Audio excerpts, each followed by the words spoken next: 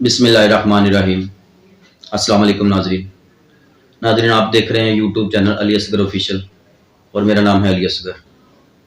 नाज़रीन, शहबाज शरीफ जिस पर ये मरियम औरंगज़ेब बार बार कह रही है कि उनको रोकना तौहीन अदालत है, अब अदालत जाने और तहरीक इंसाफ जाने, तो मरियम औरंगज़ेब साहबा थोड़ा अपने फैसलों पर भी गौर कर लें। ये लाहौर हाई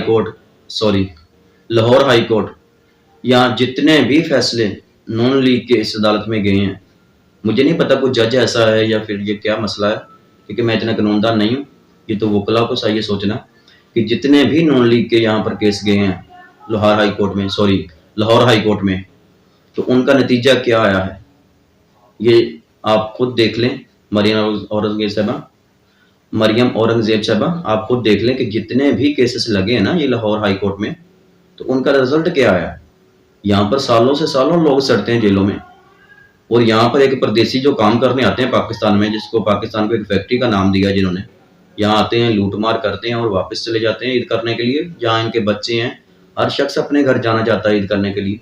और शहबाज शरीफ ने भी कोई गलत नहीं सोचा अपने घर जाके ईद करने की, क्योंकि वो भी एक परदेसी है शहबाज शरीफ, और उसके साथ जो हुआ उसे रोका गया। ये कोई गैर कानूनी तरीका नहीं था, और ना ही ये अदालत इस पर तौहीन अदालत लगा सकती है, क्योंकि अदालत एक ही दिन में जब बार बार केस सुनेगी, एक ही शख्स के लिए अदालत बैठ जाती है कि मैंने इसको बाहर भेजना ही भेजना है, तो अदालत को भी सोचना चाहिए कि और भी केसेस यहाँ पर हैं, और ये एक ही दिन में केसेस नहीं बनते।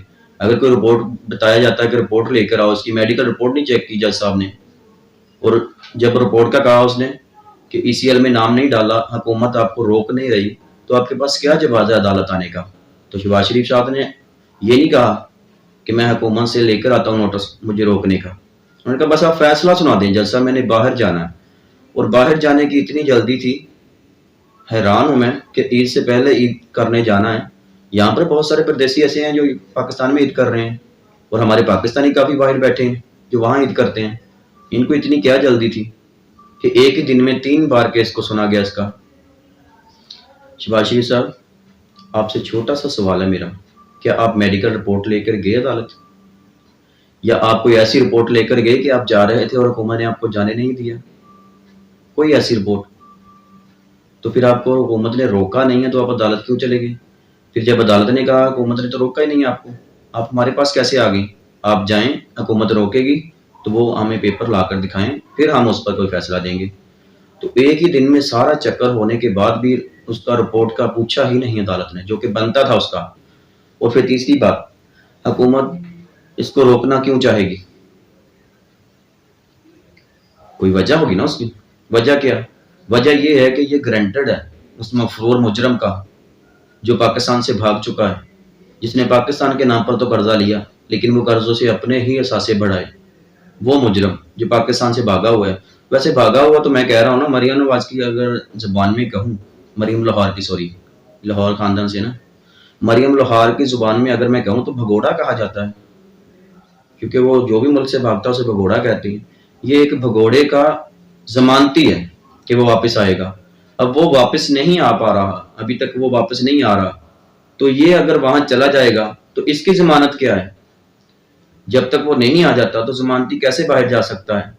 ये जवाब था हुकूमत के पास, लेकिन हुकूमत ने इस बात की रुकावट नहीं डाली, और ना ही अदालत ने इसका सवाल किया, फिर भी उसे जाने की इजाजत मिल गई। लेकिन हुआ क्या, ये 2 बजे दफ्तर, तमाम दफातर बंद हो गए थे, ईद की छुट्टियां थी, तो 5 बजे जाकर ये फैसला आ रहा है अदालत का कि आप जा सकते हैं।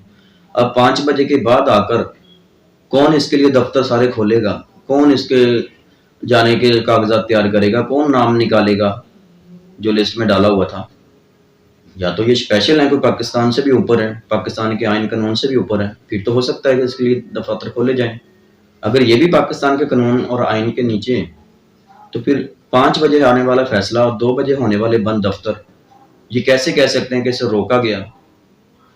अगर फैसला आता तकरीबन सुबह 10 बजे और 2 बजे दफातर बंद होने थे, फिर इसको रोका जाता, तो इसके पास जवाब था कहने का कि हाँ मुझे रोका गया।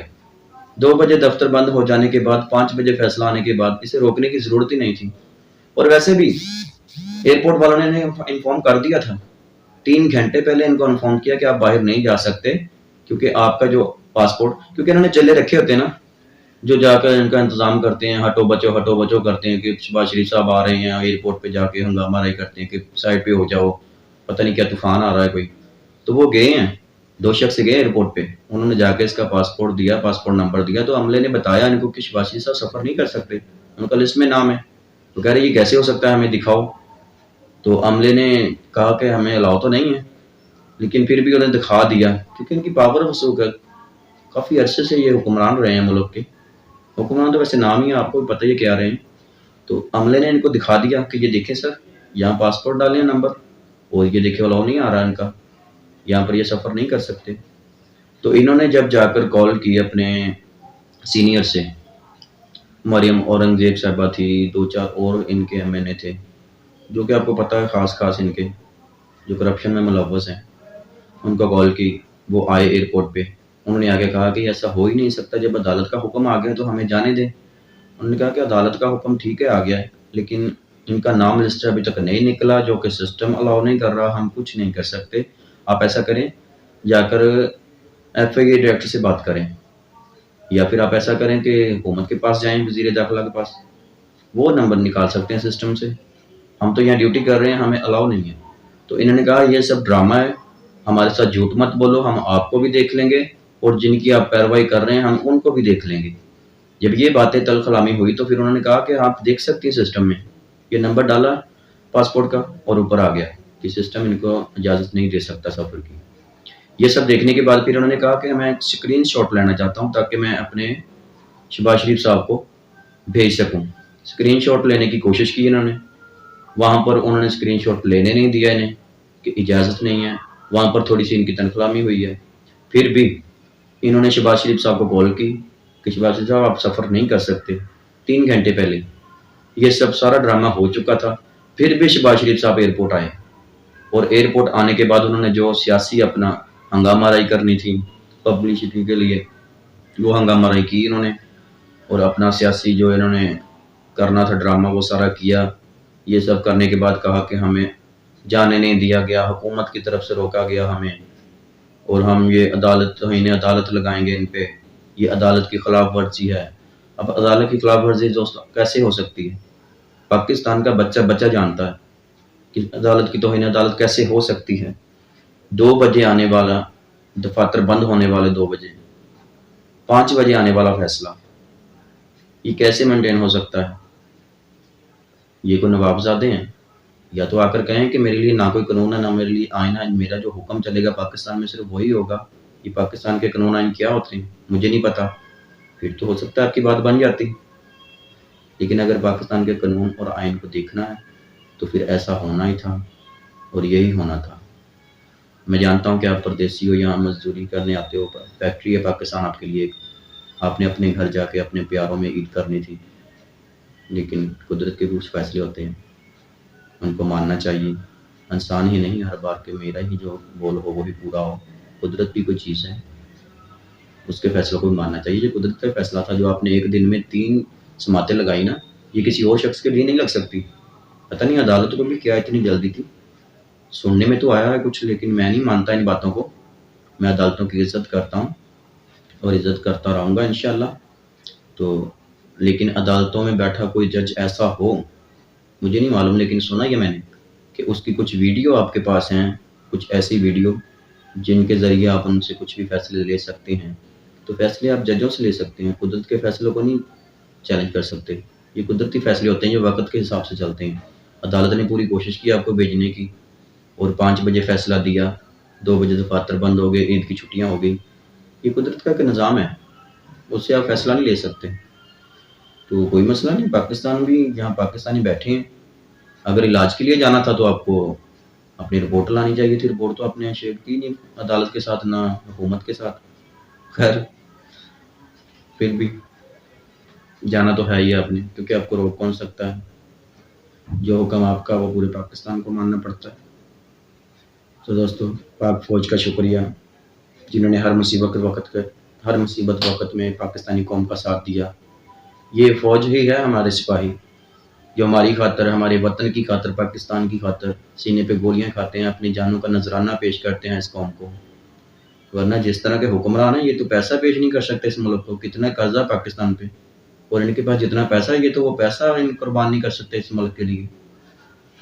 लूटने के लिए तो सब कुछ होता है इनके पास, हर तरकीबें मिल जाती हैं इनको लूटने के लिए। लेकिन जब पैसा पाकिस्तान के लिए अगर लगाना पड़े तो 10 रुपए भी नहीं मिलते इनको। ये तो हमारी पाक फौज है जो जानों का नजराना देकर हमें यहाँ हमारी हिफाजत के लिए है, वरना सियासतदानों को रहम करम पर छोड़ दिया जाए, पाकिस्तान को फौज हट जाए साइड पे, ये तो बेच के खा जाएं। अब पाकिस्तानियों कौम के नाम पर कर्जा लेकर, खुद जिन मुल्कों से कर्जा ले रहे हैं उन मुल्कों में ही अपना असासे बढ़ा रहे हैं, तो पाकिस्तानी कौम है कर्जा उतारने के लिए। खैर बातें लंबी हो जाएंगी दोस्तों, नेक्स्ट वीडियो में कुछ मालूमात और रहती है मेरी, उनको एक्सेप्ट करके फिर मैं आप लोगों से शेयर करूँगा। पाक फौज जिंदाबाद, पाकिस्तान पाइंदाबाद।